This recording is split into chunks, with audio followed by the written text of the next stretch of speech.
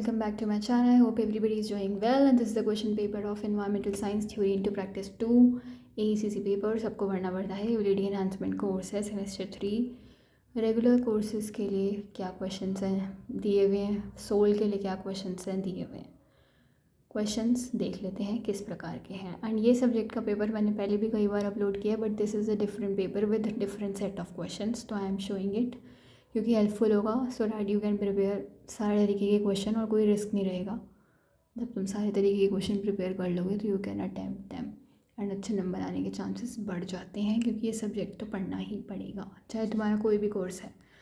And ये मैंने पढ़ा है, इसमें से कुछ भी समझ नहीं आया तो पूछ सकते हैं। एंड ये पढ़ाया भी है मैंने थोड़ा सा, अगर पुरानी वीडियोज़ में मिल जाए तो। क्वेश्चंस देख लेते हैं।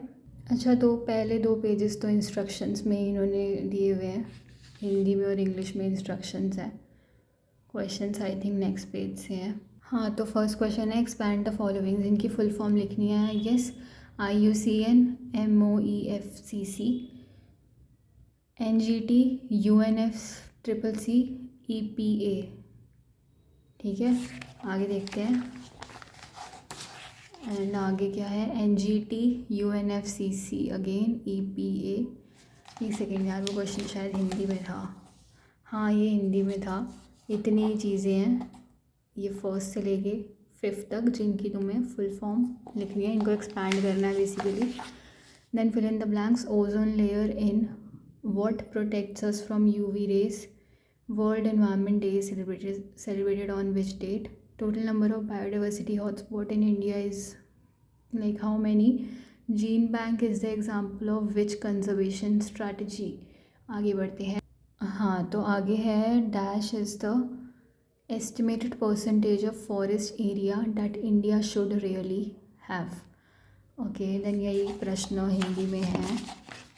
Then write short notes on the following and any 4 endangered species, carbon footprint मेरे पेपर में भी आया था, acid rain, Montreal protocol मैंने बताया भी था, हमेशा हर पेपर में आता है, and sacred groves। एक second, I hope the questions are very clearly visible। आगे बढ़ते हैं। Then we have answered the following. Any 2 discuss impacts of climate change on agriculture for Indian context. Explain various levels of biodiversity and their salient features. Discuss the role of various cultural practice in environmental conservation.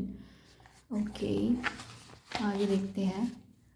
Throw light on the major environmental movements witnessed in India. Also discuss the economic identity issues associated with environmental movements। 10 number का question है। आगे देखते हैं question number 5। And this is what question number 5 is। Consider the following data of hydropower energy generation of different countries। Canada, UK, India, Netherlands, Japan and Bangladesh and energy generation दिया हुआ है। And यहाँ से part भी शुरू हो जाता है पेपर का। 10 नंबर का क्वेश्चन है। Prepare a pie chart of the given data showing percentage hydropower energy generation of given different countries। 3 number का question. What is carbon footprint again? Explain how use of renewable resources such as hydropower plants for energy generation would impact the carbon footprint of a country। 3 number का question. Categorize given data into 2 categories, developed and developing countries, and comment upon resulting trend of hydropower energy generation। 4 number का question. आगे बढ़ते हैं। Okay, question number 6। Study the given below line graph showing population growth of a country for the 140 years 1860 to 2000। 10 marks का question है ये रहा। ठीक है, लाइन ग्राफ है ना। Calculate the population growth for the midpoint 1930 to 40 of the population trend for the country। 3 number का question. What is the birth rate and death rate denoting for population growth of a country। 3 number का question. आगे बढ़ते हैं। तो question number जो चल रहा था 6 था, उसका सी पार्ट है।